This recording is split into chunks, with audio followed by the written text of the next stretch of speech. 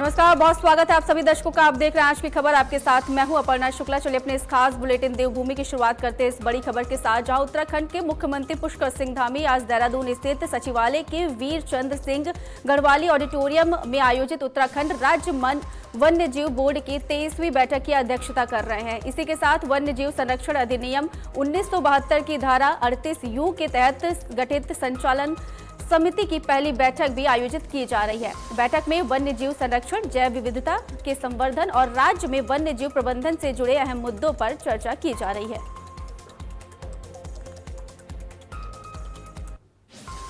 और वहीं NEET paper leak मामले को लेकर के देश भर में जारी सियासी बयानबाजी के बीच में उत्तराखंड के कैबिनेट मंत्री खजान दास ने विपक्ष खासकर राहुल गांधी पर तीखा हमला बोला है।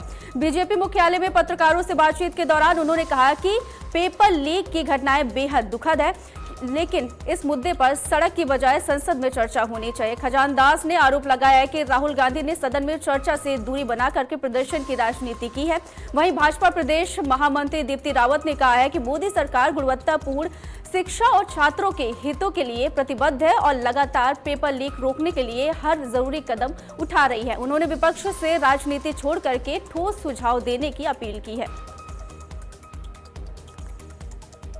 कि भारतीय जनता पार्टी दुनिया की सबसे बड़ी पार्टी है और जो राहुल गांधी जी ने किया, ये व्यवहार क्या ठीक था या उचित था? क्या आप प्रधानमंत्री जी के आवास में जाकर के धरना दे रहे हैं, क्या ये सभ्यता थी? मैं विशेष कर ये कहना चाहूंगा। और जो भारतीय जनता पार्टी एक आईना दिखाने का काम राहुल गांधी जी को और कांग्रेस के मित्रों को, ये सब हमने किया ताकि अपनी जिम्मेदारियों को समझे। एक सिस्टम होता है, कोई शिष्टाचार भी होता है, किंतु सारे नियमों को तोड़ते हुए आज तक ये पहला कांड हुआ है भारतवर्ष के अंदर। ये इतना सारा जो फंडिंग है, आखिरकार ये फंडिंग कहाँ से आ रही है? कहीं ये सरकार को, कहीं देश को डिस्टेबलाइज करने के लिए, जिस प्रकार से हम हमेशा कहते हैं कि फॉरेन फंडिंग का इस्तेमाल ये लोग लगातार करते भी हैं, उसका इस्तेमाल तो नहीं हो रहा है। तो बहुत सारी चीजें हमारे बीच में हैं। तो मुझे लगता है एक पॉजिटिव रूप में जिस प्रकार से विपक्ष को अपना काम करना चाहिए था, उन्होंने वो नहीं किया और राजनीतिक लाभ लेने का ही केवल प्रयास किया है। और वहीं उत्तराखंड में UTU परीक्षा का प्रश्न पत्र आउट करने के आरोप में एक सहायक प्रोफेसर को गिरफ्तार किया गया है। देहरादून पुलिस ने शिवालिक कॉलेज ऑफ इंजीनियरिंग के सहायक प्रोफेसर आशीष पर कार्रवाई की है। आरोप लगाया गया है कि परीक्षा से पहले व्हाट्सएप के जरिए छात्रों के साथ महत्वपूर्ण प्रश्न साझा किए गए थे। पुलिस अब इलेक्ट्रॉनिक साक्ष्यों की मदद के साथ पूरे नेटवर्क की पड़ताल कर रही है। मुख्यमंत्री पुष्कर सिंह धामी ने नकल और पेपर लीक करने वालों पर सख्त कार्रवाई का निर्देश दिया है। वहीं प्रदेश सरकार ने साफ किया है कि युवाओं के भविष्य से खिलवाड़ करने वालों को किसी भी कीमत पर नहीं छोड़ा जाएगा। को एक कंप्लेंट दी गई थी जिसमें उनके द्वारा बताया गया था कि 7 और 8 तारीख को इनकी आंतरिक परीक्षाओं के लिए जो प्रश्न पत्र निर्धारित था, उसमें उसके लिए जो भी प्रोफेसर उनके द्वारा नियुक्त किया गया था, उनके द्वारा परीक्षा की गोपनीयता को भंग करते हुए उस प्रश्न पत्र को अपने कुछ लोगों को लाभ पहुंचाने के उद्देश्य से उसके द्वारा वो प्रश्न पत्र लीक किया गया था। तत्काल जैसे ही यह मामला संज्ञान में आया था, एसओ प्रेमनगर ने तत्काल पर अभियोग पंजीकृत करते हुए संबंधित सभी जानकारियों को इकट्ठा करते हुए और इनकी आंतरिक जांच की रिपोर्ट को भी सम्मिलित करते हुए आज जो मुख्य अभियुक्त हैं उनकी अरेस्टिंग की गई है। और उससे जो आंतरिक सुरक्षा या आंतरिक परीक्षा की जो भी इनकी तैयारियों के संबंध में जो भी इनके तैयारियां थी या जिस तरीके से इन्होंने ये कार्य किया जाना था, उसके सभी जो दस्तावेज हैं वो प्राप्त किए गए हैं। और वहीं देहरादून में छात्रों के आंदोलन को लेकर के मुख्यमंत्री पुष्कर सिंह धामी ने बड़ा बयान दिया है। उन्होंने कहा है कि छात्रों के आंदोलन में कुछ लोग राजनीतिक हितों के चलते शामिल हुए हैं, जो उचित नहीं है। मुख्यमंत्री ने इसे एक बड़ी साजिश करार देते हुए कहा है कि सरकार युवाओं के भविष्य को लेकर के पूरी तरीके से गंभीर है। उन्होंने ये भी कहा है कि केंद्र सरकार और उत्तराखंड सरकार लगातार युवाओं को रोजगार देने के लिए काम कर रही है। इसके अलावा धामी के अनुसार उत्तराखंड में पिछले 4.5 वर्षों में करीब 34,000 युवाओं को सरकारी नौकरियां दी जा चुकी है। उन्होंने भरोसा दिलाया है कि युवाओं के हित में सर्वोच्च जो प्राथमिकता है वो दी जाएगी। ये बहुत एक सोची समझी साजिश है कि छात्रों को आगे करके बाद में स्वयं राजनीति करना, माहौल ख़राब करना, कानून व्यवस्था को अपने हाथ में लेना, अराजकता फैलाना। जबकि प्रधानमंत्री मोदी जी के नेतृत्व में आज पूरे देश के अंदर 12 लाख से भी ज़्यादा लोगों को नियुक्ति पत्र वितरण किए गए हैं। नीट का एग्ज़ाम दोबारा करवाया गया है और पूरी पारदर्शिता के साथ करवाया गया है। सीबीआई जांच की इंक्वायरी की गई है, जो लोग दोषी थे उनके खिलाफ कार्रवाई की गई है। पूरे देश भर के अंदर जहां भी एनडीए की सरकारें हैं, भाजपा की सरकारें हैं, उन्होंने बहुत पारदर्शिता के साथ एग्ज़ाम को किया है। मैं उत्तराखंड की बात करूं तो 100 से भी ज़्यादा नकल माफियाओं के खिलाफ कार्रवाई की है, 34,000 से अधिक नियुक्तियां की है। लेकिन यहाँ पर प्रश्न ये खड़ा होता है कि यदि छात्रों की बात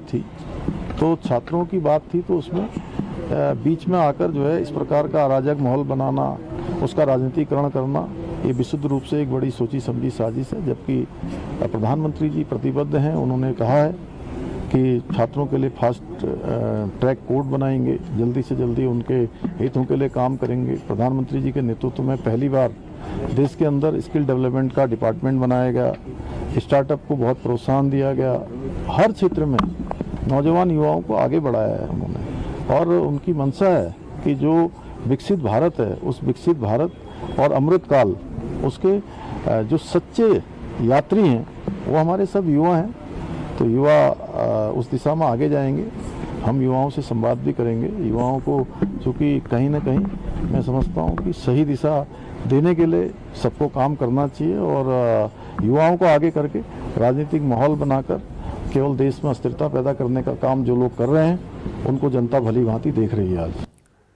और वहीं देहरादून से बड़ी राजनीतिक खबर है। नीट और पेपर लीक मामलों को लेकर के कांग्रेस ने एक बार फिर से भाजपा सरकार पर निशाना साधा है। कांग्रेस प्रवक्ता प्रतिमा सिंह ने आरोप लगाया कि भाजपा शासन में पेपर लीक की घटनाएं लगातार सामने आ रही हैं। उन्होंने कहा है कि पहले ऐसे मामले को दबा दिया जाता था, लेकिन अब उनका खुलासा हो रहा है। प्रतिमा सिंह ने यह भी कहा है कि इसका श्रेय राहुल गांधी को देते हुए कि उन्होंने इस मुद्दे को राष्ट्रीय स्तर पर उठाया है, जिससे युवाओं को अपनी आवाज बुलंद करने का साहस मिला है। उन्होंने कहा है कि युवाओं के भविष्य से खिलवाड़ किसी भी कीमत में स्वीकार नहीं किया जाएगा।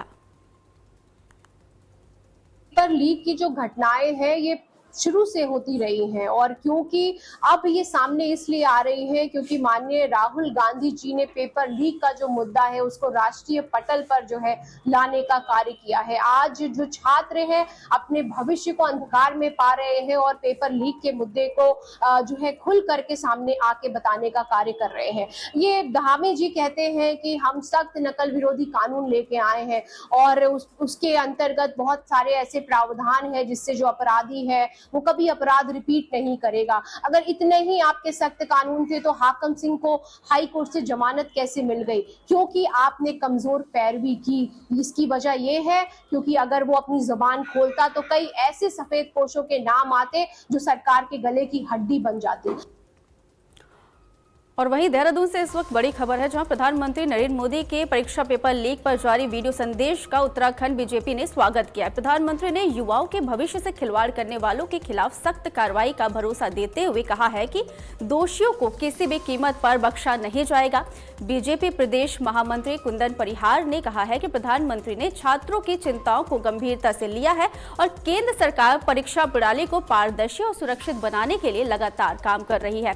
उन्होंने विपक्ष पर इस मुद्दे पर राजनीति करने का आरोप लगाते हुए कहा है कि भाजपा युवाओं के हितों की रक्षा के लिए पूरी तरीके से प्रतिबद्ध है।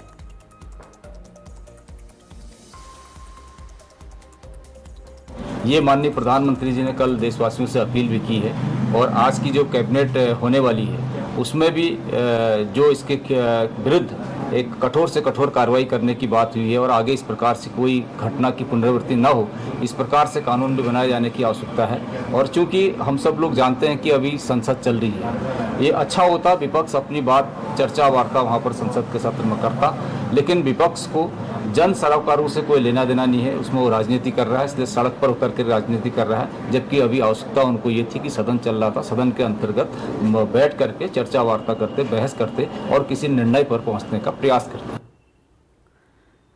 चलिए अगली खबर का रुख करते हैं। नैनीताल में आयोजित होने वाले 124वें नंदा सुनंदा देवी महोत्सव को लेकर के प्रशासन ने तैयारियां तेज कर दी है। 16 से 23 सितंबर 2026 तक होने वाले मेले की तैयारियों को लेकर के जिलाधिकारी ललित मोहन रयाल ने अधिकारियों, श्री राम सेवा समिति, व्यापार मंडल, होटल एसोसिएशन और सामाजिक संगठनों के साथ बैठक की है।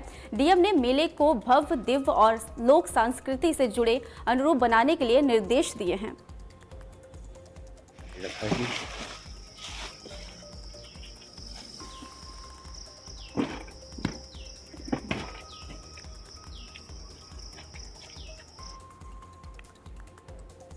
नैनीताल में आयोजित होने वाले 124वें नंदा सुनंदा देवी महोत्सव को लेकर के प्रशासन ने तैयारियां तेज कर दी है। 16 से 23 सितंबर 2026 तक होने वाले मेले की तैयारी को लेकर के जिलाधिकारी ललित मोहन रयाल ने अधिकारियों, श्री राम सेवा समिति, व्यापार मंडल, होटल एसोसिएशन और सामाजिक संगठनों के साथ बैठक की है। डीएम ने मेले को भव्य, दिव्य और लोक संस्कृति के अनुरूप आयोजित करने का निर्देश दिया है। उन्होंने प्लास्टिक मुक्त मेला, बेहतर सफाई, सुरक्षा व्यवस्था और साथ ही यातायात प्रबंधन के अलावा सांस्कृतिक कार्यक्रमों को लेकर के संबंधित विभागों को जिम्मेदारी सौंप दी है। मेले में स्थानीय जो कलाकार हैं और उत्पादों को प्राथमिकता दी जाएगी।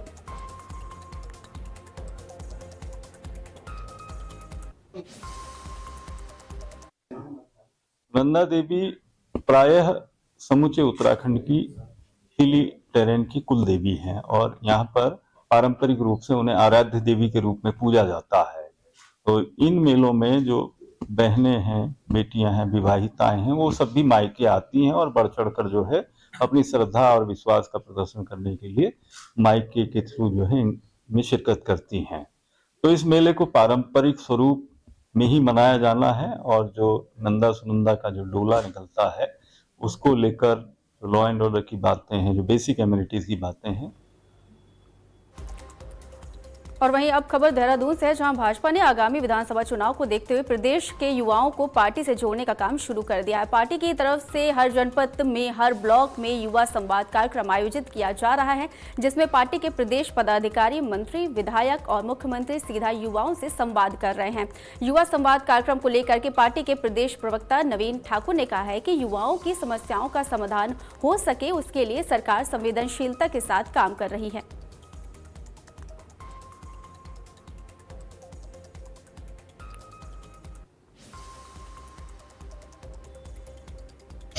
देखिए, उत्तराखंड के प्रत्येक युवा से सरकार का, संगठन का सीधा संवाद हो, इसको लेकर ये कार्यक्रम चलाया जा रहा है। आप देख रहे होंगे माननीय मुख्यमंत्री पुष्कर सिंह धामी जी प्रत्येक युवा से सीधा संवाद कर रहे हैं, उनके विचारों को सुन रहे हैं, उनकी समस्याओं को सुन रहे हैं और उस सब समस्याओं को लेकर एक रोड मैप तैयार किया जाएगा ताकि प्रत्येक उत्तराखंड के युवा की समस्या का समाधान हो सके। उनकी भविष्य की क्या योजनाएं हैं, सरकारी जो योजनाएं हैं, उनकी जानकारी भी इस कार्यक्रम में माननीय मुख्यमंत्री जी द्वारा और सरकार द्वारा युवाओं के बीच दी जा रही है और ये बहुत शानदार कार्यक्रम है। प्रत्येक युवा से जो है सीधा संवाद सरकार का इसमें हो रहा है और विशेषकर माननीय मुख्यमंत्री जी इसमें बहुत जो है उत्सुक हैं युवाओं से बात करने के लिए। लगातार आप देख रहे होंगे पूरे प्रदेश में मुख्यमंत्री जी युवाओं के साथ सीधे संपर्क में हैं। और चलिए खबरों में आगे बढ़ते हैं। उत्तराखंड सरकार ने हिमालयी क्षेत्रों में मौजूद प्राकृतिक गर्म जल स्रोतों के बेहतर उपयोग के लिए जियोथर्मल एनर्जी पॉलिसी 2025 लागू कर दी है। इसके तहत बिजली उत्पादन, हीटिंग, कूलिंग और जल शुद्धिकरण जैसे क्षेत्रों में नई संभावनाओं को विकसित किया जाएगा। चमोली के तपोवन में 10 मेगावाट की पायलट जियोथर्मल परियोजना के लिए अन्वेषण कार्य शुरू हो गया है। सरकार का मानना है कि हिमालयी क्षेत्रों के प्राकृतिक जल स्रोत जो हैं वो वैज्ञानिक उपयोग कर उत्तराखंड ऊर्जा के क्षेत्र में आत्मनिर्भर बनने की दिशा में बड़ा कदम बढ़ा सकता है। वहीं बीजेपी प्रदेश प्रवक्ता हनी पाठक ने इसे ऐतिहासिक पहल बताते हुए कहा है कि उत्तराखंड इस दिशा में ठोस कदम उठाने वाला देश का पहला राज्य बन गया है। प्रकार से उत्तराखंड में हमारे यशस्वी मुख्यमंत्री इतनी बड़ी परियोजना लाने का प्रयास करने जा रहे हैं, जो कि अब तक अगर देखा जाए तो भारत में किसी भी राज्य में नहीं है। वो जियोथर्मल योजना के लिए जो वो प्रयास करने जा रहे हैं वो वाकई में सराहनीय कार्य रहेगा। ये जियोथर्मल योजना वो योजना है जिसमें कार्बन की लेस मात्रा भी बहुत ही कम मात्रा इसमें रहती है और जमीन से वाष्प जो जुड़ के वाष्प निकल के जो बाहर आता है उससे हमें ऊर्जा प्रदान करी जाती है और 12 महीने चाहे ठंडी हो, चाहे गर्मी हो, चाहे बरसात हो, हर समय 24 घंटे बिजली का उत्पादन यहां पर रहेगा। और वहीं देहरादून में अवैध शराब के मामले में लगातार सामने आ रहे हैं। आबकारी विभाग ने अवैध शराब के खिलाफ कार्रवाई करते हुए एक तस्कर को गिरफ्तार किया है। चेकिंग के दौरान स्कूटी से 50 पाउच माल्टा देसी शराब बरामद की गई है। कार्रवाई प्रभारी सहायक आबकारी आयुक्त प्रेरणा बिष्ट और आबकारी निरीक्षक जयबीर सिंह के नेतृत्व में की गई है। आरोपी को गिरफ्तार कर आबकारी अधिनियम के तहत मुकदमा दर्ज कर आगे की कार्रवाई की जा रही है।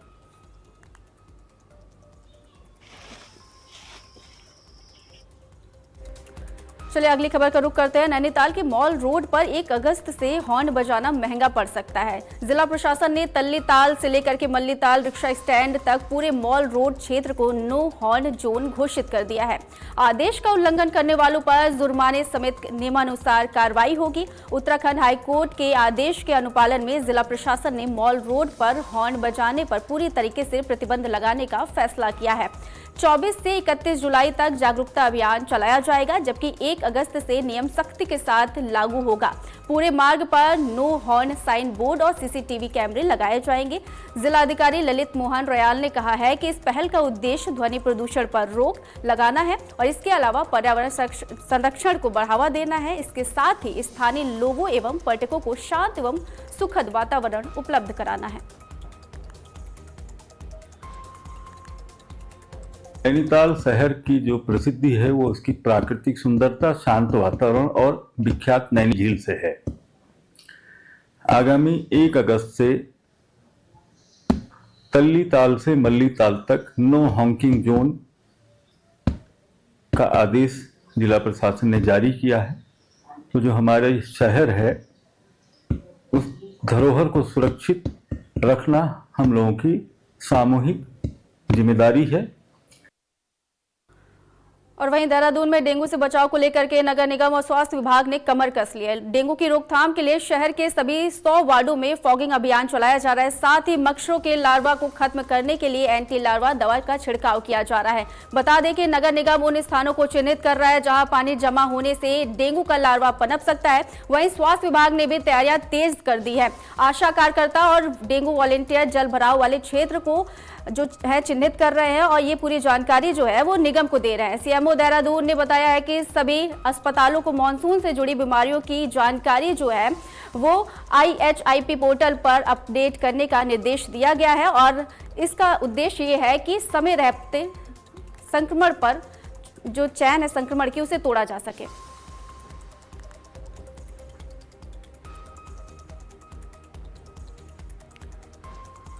और वहीं नैनीताल में राज्य आंदोलनकारियों के चिन्हीकरण को लेकर के जिला प्रशासन ने प्रक्रिया तेज कर दी है। जिलाधिकारी ललित मोहन रयाल की अध्यक्षता में जिला कार्यालय सभागार में समिति की बैठक की गई है। बैठक में वर्ष 2021 तक प्राप्त 198 आवेदनों की जांच की गई है। डीएम ने अधिकारियों को निर्देश दिए हैं कि शासन के तय मानकों और पारदर्शिता के साथ आवेदनों का परीक्षण किया जाए ताकि वास्तविक आंदोलनकारियों को ही चिन्हित किया जा सके। उन्होंने कहा है कि राज्य निर्माण में योगदान देने वाले आंदोलनकारियों के सम्मान और चिन्हीकरण में लापरवाही नहीं होनी चाहिए। आंदोलनकारियों के चिन्हीकरण के लिए गृह विभाग उत्तराखंड शासन से ये इंस्ट्रक्शंस मिले थे कि 2021 तक जिन लोगों ने आवेदन कर दिया था और उनका किन्हीं कारणों से अगर चयन नहीं हो पाया है और वो पात्रता की शर्तें पूर्ण करते हैं तो एक बार उनकी बैठक आयोजित करके ऐसे जो लंबित आवेदन पत्र हैं उन पर कमेटी का जो प्रोसीजर है उसके अनुसार उनको आइडेंटिफाई कर लिया जाए। तो आज इसको लेके यहाँ पर बैठक आहूत की गई है और इसको हम आज जो है इस बैठक को कंप्लीट करेंगे। और वहीं देहरादून वासियों को जल्द ही जलभराव की समस्या से राहत मिल सकती है। शहर में जल निकासी व्यवस्था को मजबूत करने के लिए सरकार नया ड्रेनेज सिस्टम तैयार कर रही है। जयपुर रोड से विधायक और कैबिनेट मंत्री खजान दास ने बताया है कि करीब 19 करोड़ रुपए की लागत से ड्रेनेज सिस्टम बनाया जाएगा। ये सिस्टम दर्शन लाल चौक से प्रिंस चौक और प्रिंस चौक से लेकर के सहारनपुर चौक तक तैयार किया जाएगा। इसके अलावा आराघर चौक से नाला निर्माण का कार्य भी शुरू किया गया है। मंत्री ने कहा है कि शहर के अन्य जलभराव वाले इलाकों के लिए भी कार्य योजना बनाई जा रही है। मुख्यमंत्री पुष्कर सिंह धामी जल्द ही इसकी अनुमति देंगे और इसकी उम्मीद जताई जा रही है, जिसके बाद ही सिंचाई विभाग की देखरेख में काम शुरू किया जाएगा।